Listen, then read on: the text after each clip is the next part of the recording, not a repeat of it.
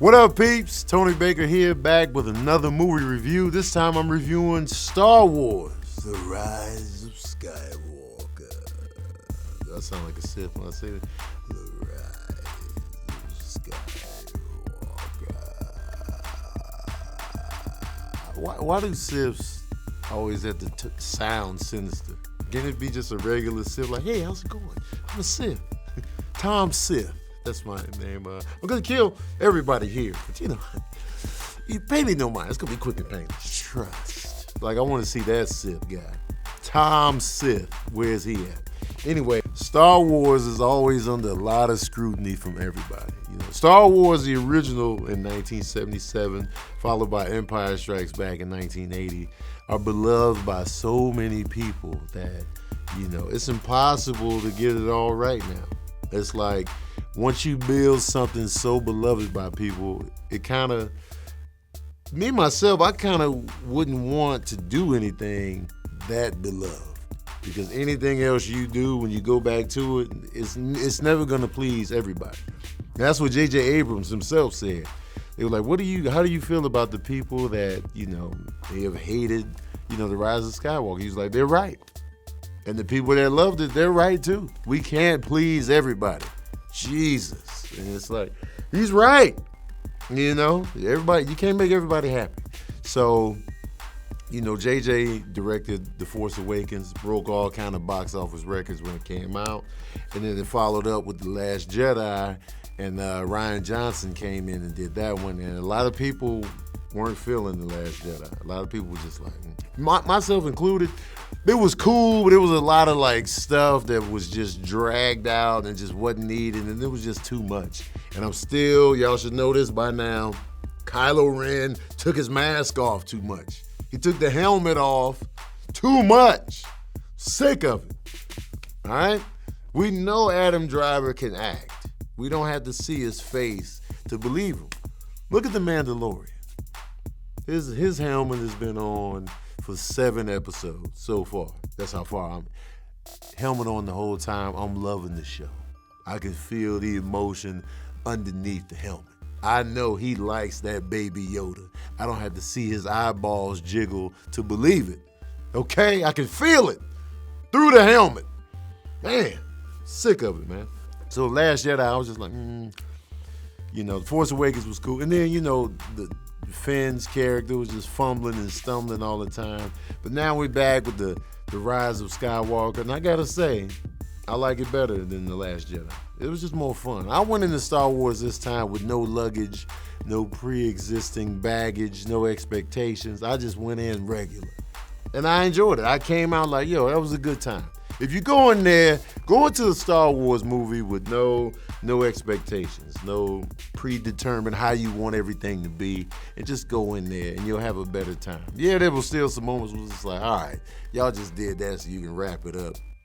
And it's hard for me to review movies like this without spoiling stuff. So it was just moments where it's just like, all right, y'all just did that to wrap it up. And they do a lot of fan service in this movie. You can tell it's for the fans. Like, let's give the fans something that they can hold like fresh baked cookies right here. You can tell they're doing that. And J.J. Abrams is back on the director. J.J. Abrams was like, all right, Ryan, thanks a lot, man. Excuse me. Let me get back up in here. And it was just more fun to me. Like the character interaction between Poe, Rey, and Finn, and the CPO and Chewie. It was just more fun, I felt like. It was more of a great chemistry dynamic. Like, I was really loving the characters in this one. And there was a lightness to it that I appreciated. And I think that was just more fun, man. It was just like, they're having a good time. Finn was less fumbly. He was more sure of himself in this one. I was like, yes, Finn. You know what I'm saying? And Tahir Moore, shout out to Tahir Moore, he made a great point about Finn. He never has any facial hair. Tahir made a fantastic point. Finn never had any facial hair. And that, why he gotta be clean shaven out here? No mustache, no cheered, no scruff. When you in the Rebel Alliance, y'all ain't got time to be, shaving and keep freshly shaved. You got the Empire breathing down your back, blowing up planets, you out here grooming yourself? No. If I was in the Rebel Alliance, I would have scrub patches. My face would just look like I was just dying anytime soon. my receding hairline would come to fruition. I would have the George Jefferson. I would be out here with the George Jefferson face scruff. Like, yo, man, we got to stick together. We got to take down the empire. They aiming at us. You know, stress.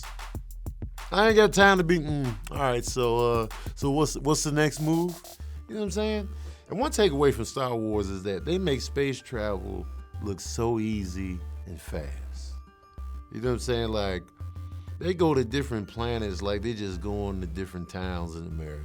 You know what I'm saying? Hey, I'm gonna head up to Bakersfield real quick. And they just go in there. They don't test the atmosphere to see if they can breathe. They just out there landing and getting out. Do you know what happened? Do you know what would happen to you if you landed on Venus? You wouldn't even get out the ship. Your ship would melt on the way in. You know what I'm saying? Like, they just going everywhere. Yeah. Planets that look like just straight all fire, they land on that mug and walk around. No methane gases, no poisonous gases. They just out here. No helmets, no breathing apparatus, no big suit, no pressure, no gravity difference. I'm like, where are they at? Because this is a good time, right? They pulling out old ships like 67 Chevy Bel Airs and going to a whole different planet. That ship was old. Yeah, just start it up real quick. Put the new carburetor in there and we're going to take off. These are ships. Where's the gas money? Who's funding the gas? Those are my biggest concerns, like, you know. And the ships exploding in space. Is that even possible? Neil deGrasse Tyson.